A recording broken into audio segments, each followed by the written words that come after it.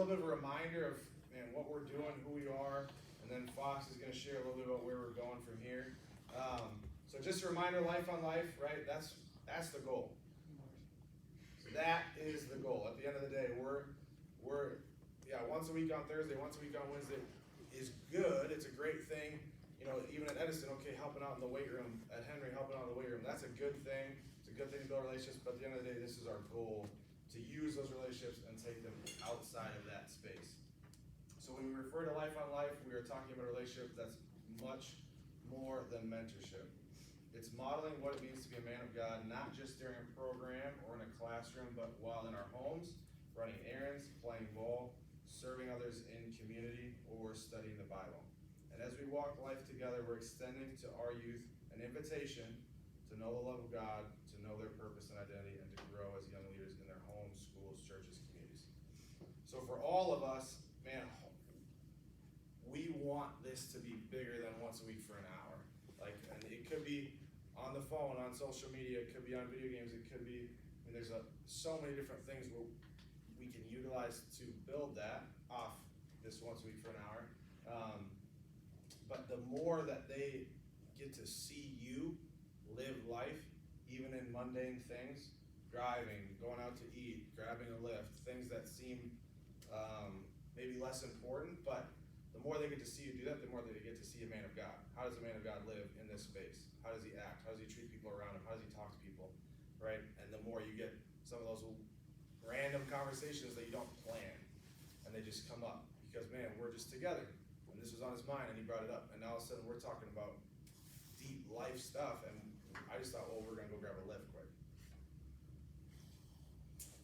So that's just a quick reminder. For all of us, especially now with Bethel, they're starting spring football right now. I know Northwestern, it's coming up, it's around the corner.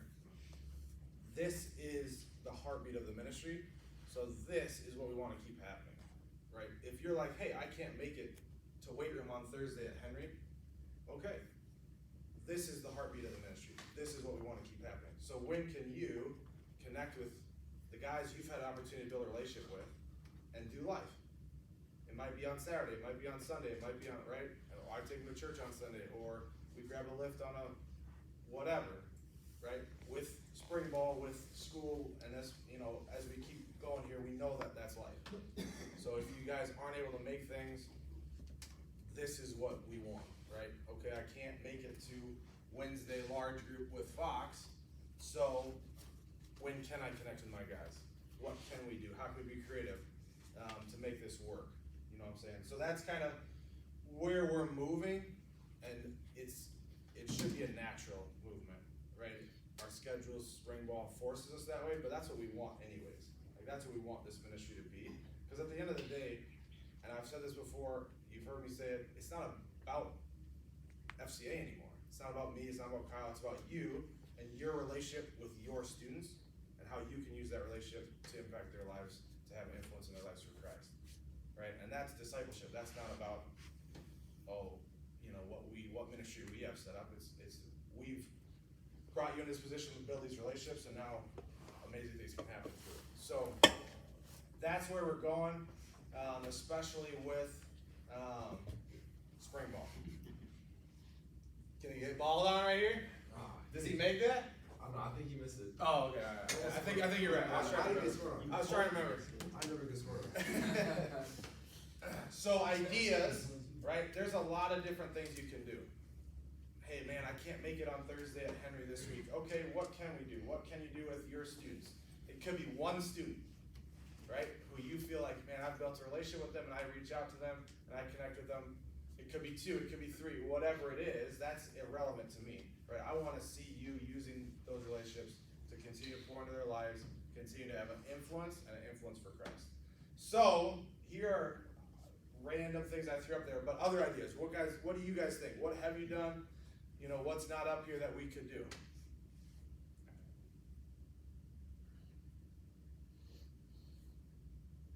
I covered everything. This is everything you could possibly do. Getting together for big sporting events that they like to watch was fun. We did that for one of the championship games in the NFL. Yeah. They love that. So. Yeah, that's cool. And even watching a movie, like we did at the retreat. Oh, we go to the gas station, grab a few snacks, boom, go to the house, watch it, like, simple thing like that. Yeah. I mean, it was sweet at the retreat. Make sure you don't watch Six Underground, but, you know. It's an old school joke. Had to be there. Yeah. I wasn't there, no. Oh, yeah. Had to be there. I wasn't. Alright, other ideas, thoughts, things you've done, or if not, we'll keep moving, but just wanna. There's lots of options, right? It's not limited to, like, I mean, even homework. Man, I gotta do homework, he's gotta do homework. Maybe I can bring him out to Bethel, we can do homework together, right? It doesn't have to be this big thing. It doesn't have to be this event where we go do laser tag, or we go to Sky Zone, or we go to the retreat. No, like it could be chill, you know, and guys get excited about that. I get to go on a college campus, hang out with the college world, like, you know, even right now, it's like they're on strike, guys are bored. They are so bored. They're like coming to school doing nothing, just sitting around because they want to be out of their house. So, doesn't have to be like this big deal, that's all.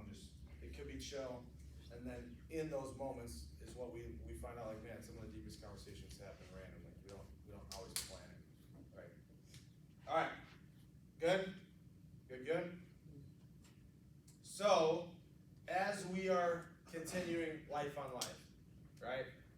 The short hair. Oh, Hey, my. the short hair. Different. Yeah. You gonna go back? Eventually. Got to. Yeah. I don't know. I think you look good with it. All right. As we continue this, as we continue life on life, whether it's as a large group at North, whether it's at large group at Henry, whether it's I couldn't make it this week, so I connected my guys one-on-one, wherever that is, this is what we're going to be doing from now until the end of the year. All right, Discovery Bible Study Method. So Fox is going to come up here and kind of walk you through what that'll look like. I didn't tell you that this is it is, I don't think, but we kind of did it last week at Henry. We kind of practiced a little bit.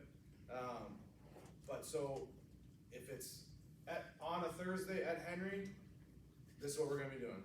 If you can't make it and you're connecting with Tay and Adrian later, this is what you're going to be doing. Right? So this is what we'll all be walking through for the rest of the school year for these next few months. You ready? You gonna come up? Mm-hmm. So Fox will You can kind of go. walk you through it. You can go next. Next. So this will be the beginning. There's kind of two parts to this. So it'll start with what are you thankful for? What are you struggling with?